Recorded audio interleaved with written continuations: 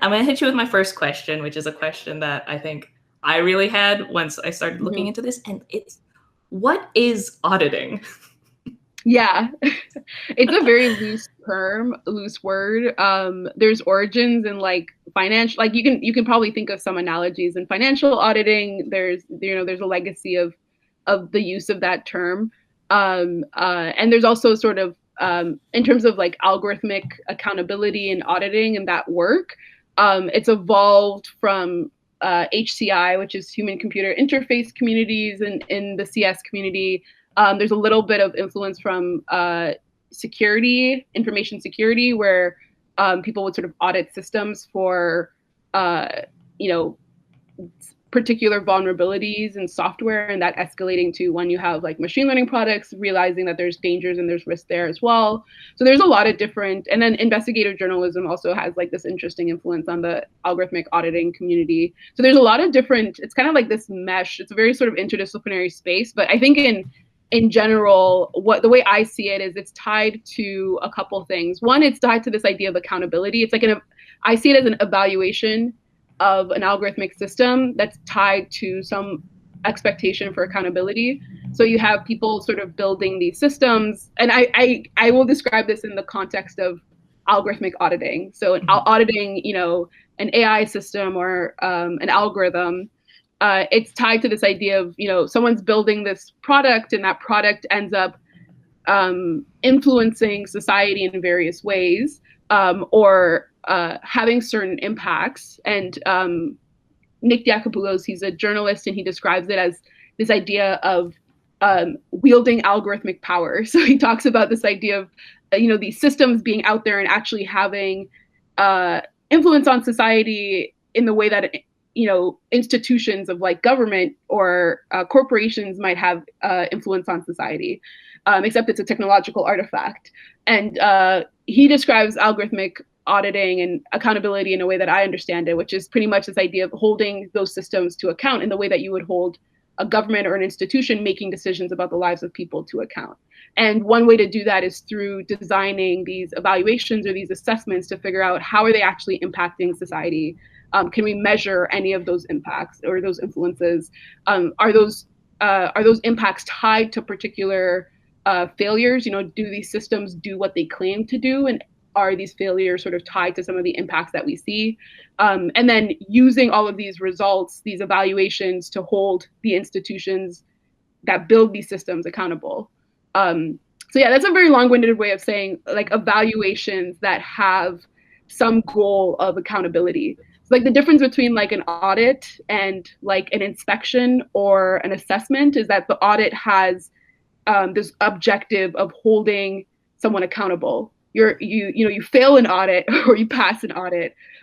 There's a different weight to what that evaluation result means. Yeah, I guess that there's an expectation tied to it, and if you fail that expectation, there's meant to be consequences. So there's an accountability component that I think is missing from an inspection or any other type of evaluation that's not tied to those that framework of accountability. Yeah. Totally. So now let's talk about accountability. What does that look like? What does it mean to hold someone to account? Does it mean just calling them out? Does it mean forcing them to change? Does it mean punishment? Does it have multiple Yeah, forms?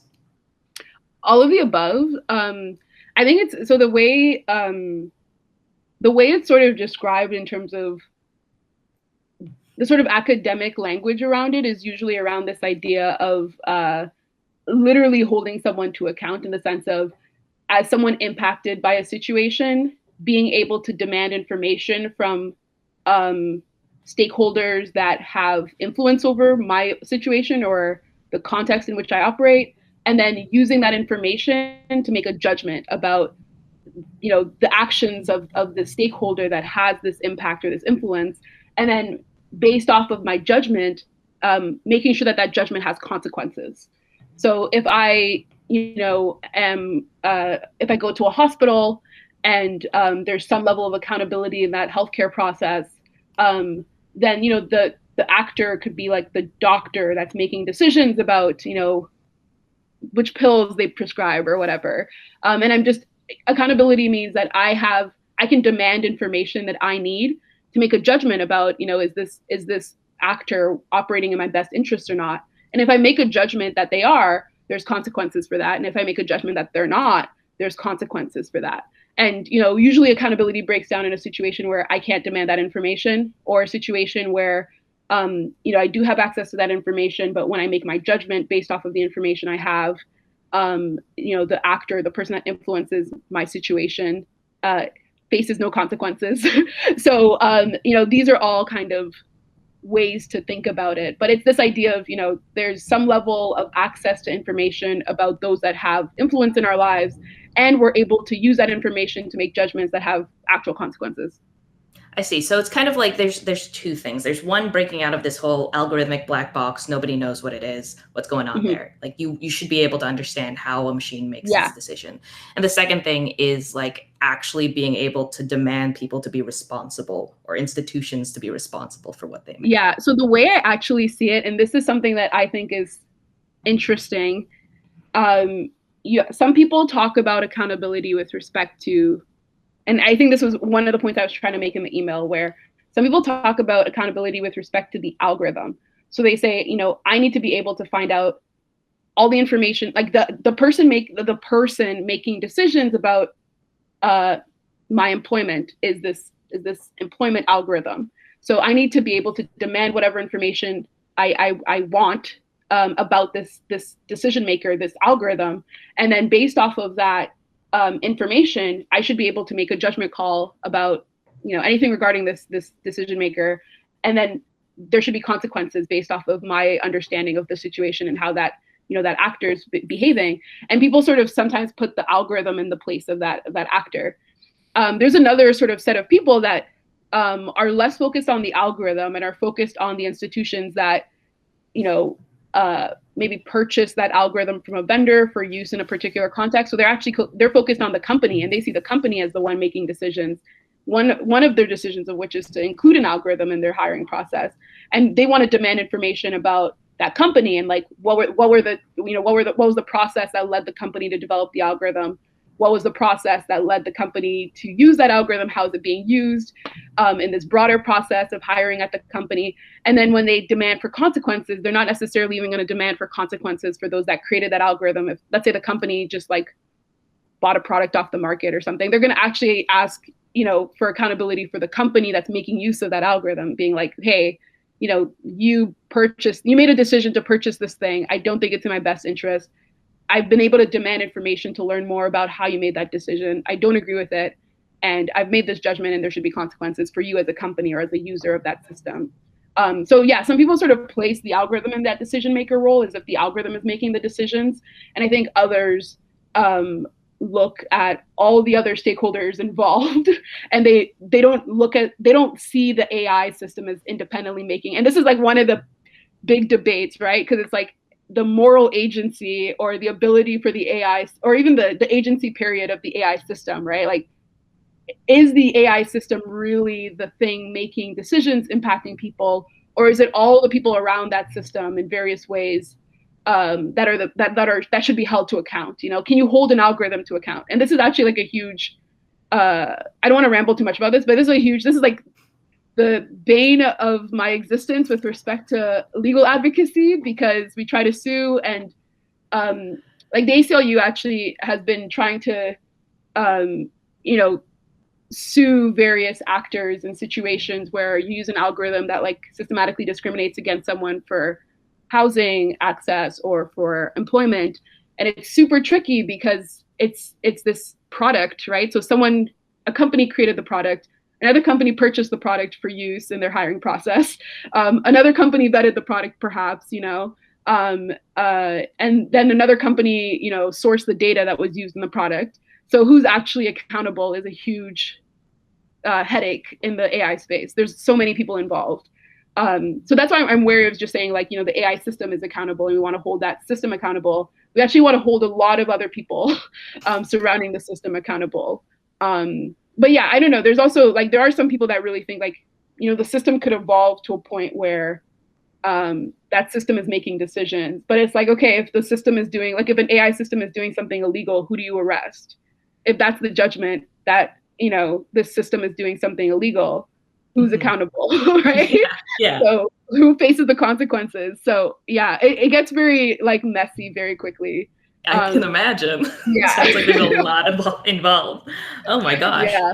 I Okay. hope this is So making sense. By the way, this is like it can sort of get complicated quickly, so I want to make sure it's comprehensive what I'm saying, I guess. yeah, I see where you're coming from, where it's just like AI exists in this weird space where it's not just like a direct product of somebody's actions. Mhm. It's like a proxy almost. So who Yeah, gets to be responsible for that? Especially when it's getting yeah, passed around from vendors to people who are utilizing yeah, it to people who might be utilizing it in a particularly unethical way. It seems like a lot. yeah. I was gonna say I don't know if you have any real world examples you're gonna mention, but there's so many interesting examples. What you just said around, um, AI serving as a proxy for people making decisions in order to minimize their accountability. That happens quite a bit. I don't know if you saw the Stanford vaccine allocation algorithm where, yeah, the residents, Mhm. got really upset. But it also, it was really funny because the Stanford vaccine residents were chanting "fuck the algorithm," and then earlier that summer, like graduating high school students were also chanting the same thing, and it was so actually I saved that because I thought it was so funny. I was like, they independently thought of this chant, but it was pretty much because I think what they were really saying was, they were really trying to stick the middle finger to the institutions making decisions about their lives without, any procedure for access, for appeal and all of that. But it was really funny that the algorithm was sort of the face of this fight, Mhm. because the institutions making these decisions put the algorithm as the forefront. So I don't know if you know what I mean when I talk about the A level situation, but Yes, in um, the UK, where they were just like, we're gonna just guess what your final grades are gonna be. yeah, yeah. Did you? I'm not sure if you saw Boris Johnson's response to the like I didn't. uproar.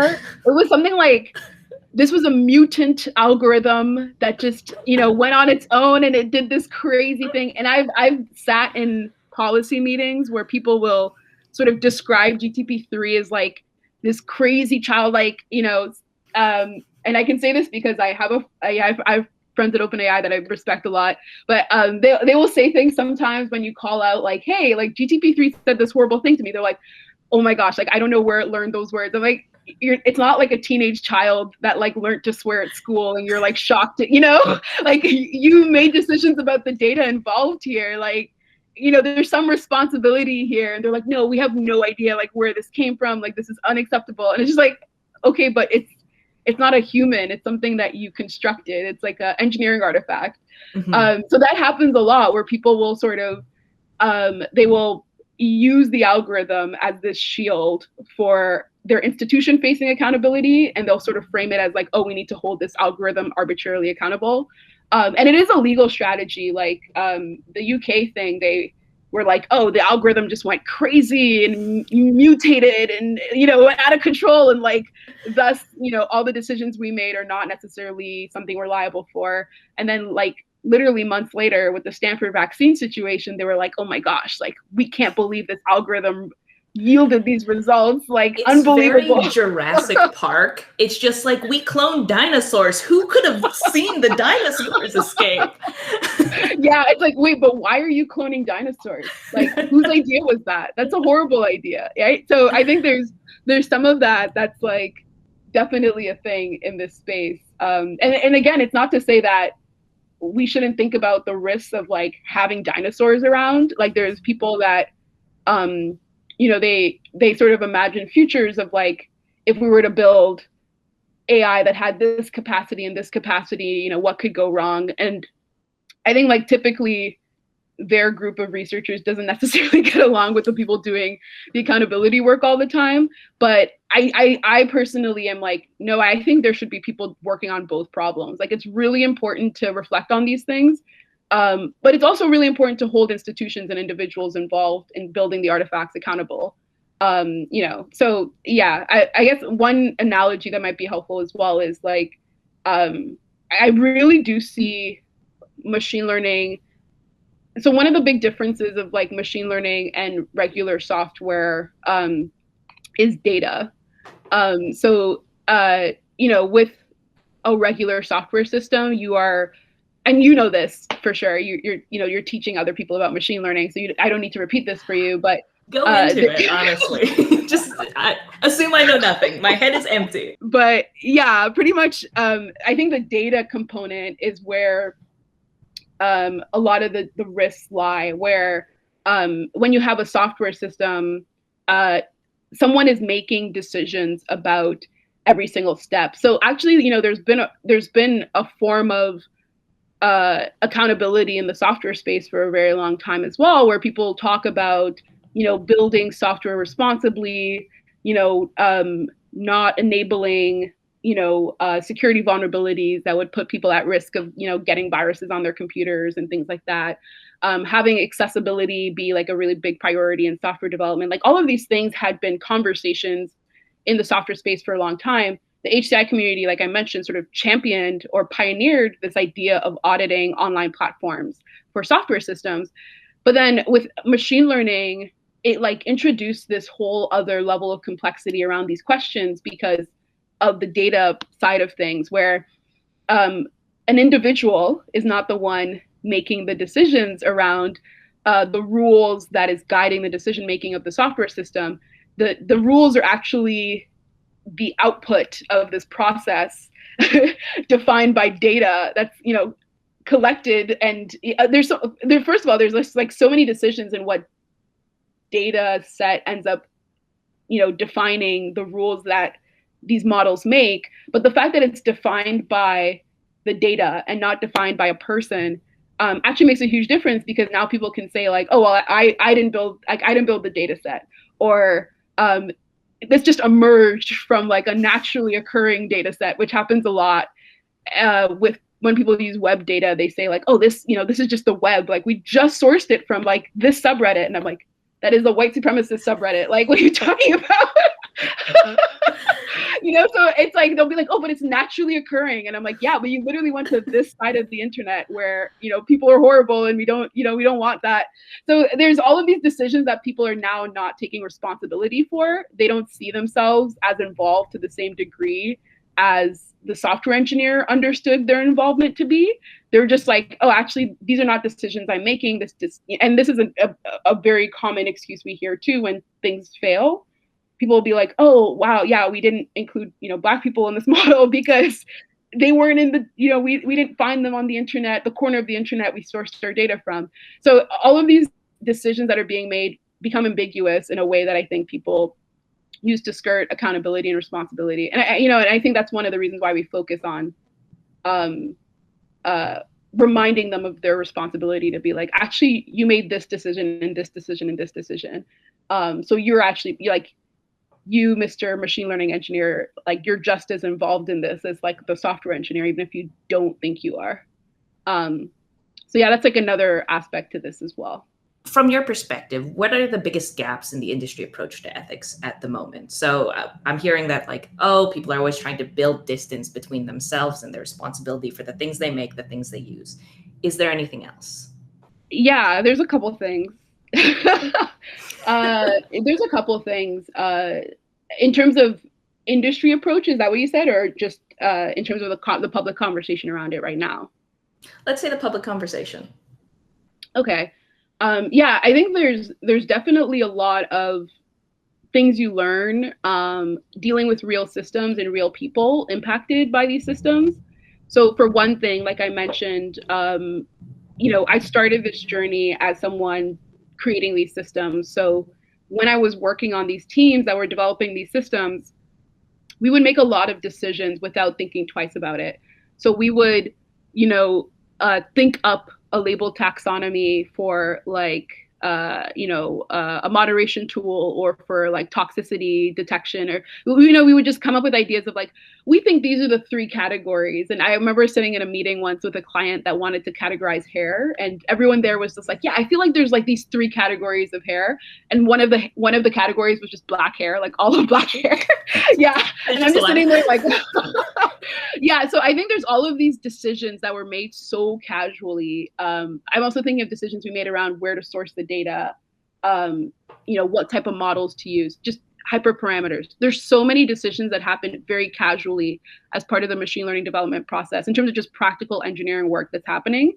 But then when you deploy these systems, those decisions end up being really impactful and really affecting people's lives. And at one point in my career, I did a project where I was I was doing internal audit work with people at Google, and it was really fascinating because even at a really big tech company, you know, simple actions such as documenting some of these decisions was still not happening. Like there's almost this culture we have in machine learning, again, because we assume the data is this naturally occurring thing or this fixed thing.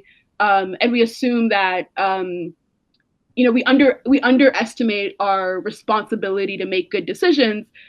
Someone will be building a model perhaps for a research project, and that might escalate to a product affecting literally billions of users. And, they would have made a decision that is not even recorded in any document.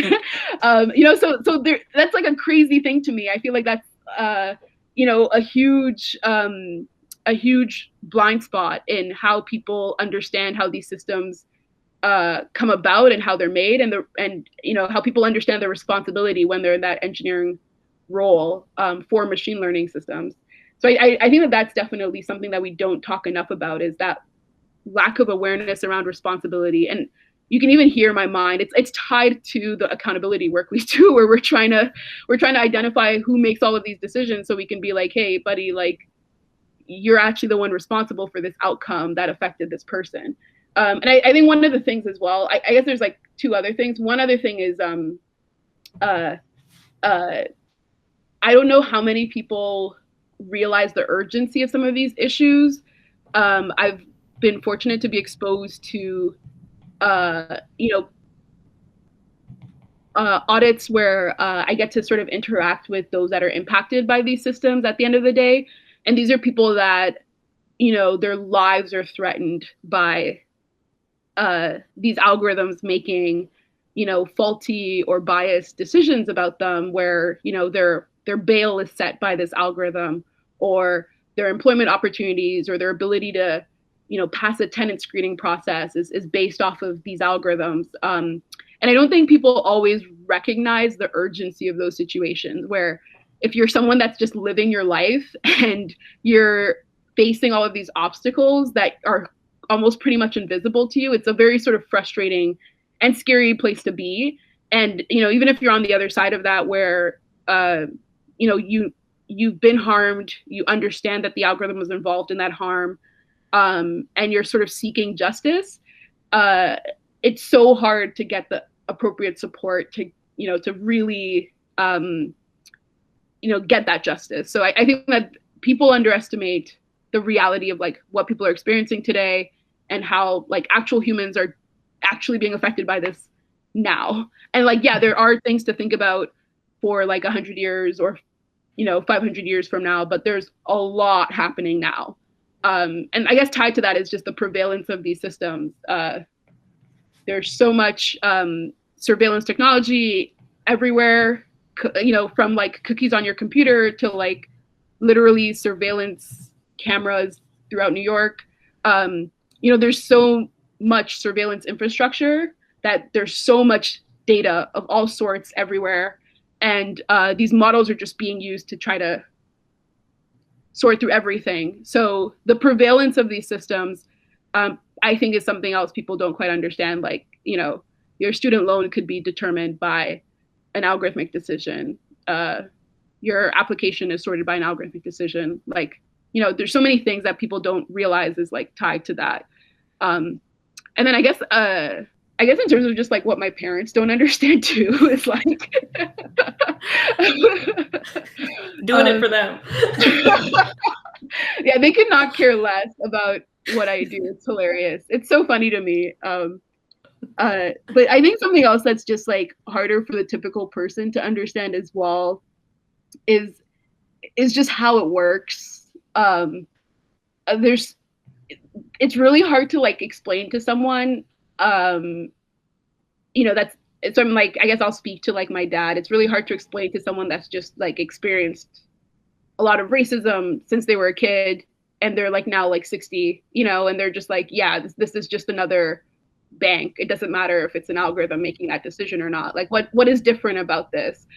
So like trying to explain to someone that is sort of jaded about some of these institutions and just doesn't understand what is different about this technology, I think is another challenge. Even policymakers, a lot of policymakers are quite cynical people.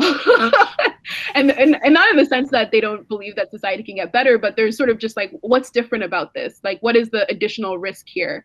That difference of data that I just explained earlier is something a lot of people just don't know, that, the difference between the software we had before and this new thing called AI, called, it's tied to this idea of privacy. It's tied to this idea of data and all of these decisions that we don't know about, like these transparency issues. There's all these new problems that come with this new technology. I think that shift from old technology to new technology and why it matters with respect to accountability and justice is something we as a community haven't fully grasped yet. And I don't know, it's really interesting because investigative journalists are really, I think, the ones that have been, just because they also, like civil society groups like ACLU, us at AJL, Data for Black Lives, we talk to a lot of people that are impacted by these systems. So we kind of see some of that shift where we're like, oh, like the grassroots organization that's been organizing against migration for decades has to do things fundamentally differently now that they're dealing with these algorithms that are somehow finding their clients and trying to deport them. Like, you know what I mean? Like there's like we can understand the shift in different ways, and the new risks that are introduced by having things automated. But I think that for the general public, that shift is not always clear, of like, this is actually a different thing from software. Yeah, I don't know if that was I guess that's all I can remember to say. But yeah, like I just want to clarify in case I misunderstood. But when you say like, what is the difference, and like the trouble of people understanding what the difference is, it's a multifaceted answer. It's like it has to do with. Okay, cool. Good to know. Good to know. Yeah, it is a very multifaceted answer. I think it helps people when I start listing things out. I think talking about data is something people don't like, a data defined model versus a person defined model, and how that shifts accountability, I think is something that people struggle with. And even with the moral machines thing, that was like the weird thing where people were like, they couldn't understand a situation where a person wasn't making decisions about the system. So they were like, okay, I guess the system is now the person. And, like we have to like replace the person in our accountability paradigm with this AI model. And I think it's tied to the fact that like, yeah, there's a lot of complexity in this shift. Things are very different. And the way the person that, like the way the creator of these algorithms sort of like the relationship between a creator of an AI system and that system, in terms of just like the amount of control, the amount of explainability, the amount of, responsibility, like is so different from a software engineer and their piece of software. And I don't know if that's been explained well to the public so far. I think, like I said, I think the people that understand the shift better are likely to be the people that have to interface with like members of the public for their advocacy work or their journalism. Like those are probably the people that are trying to like, that are seeing that shift is impacting people and then trying to articulate it a little bit. But I don't know if that's been well explained. Yeah, but it's this implicit confusion people have, right? Like what's the difference between this and just regular racism? What's the difference between AI and just regular software? Yeah. Gotcha. Well, I think that covers all of my questions. Thank you so much. Okay. This has been a wonderful discussion. I hope you have a wonderful day. You too. Take care. Bye.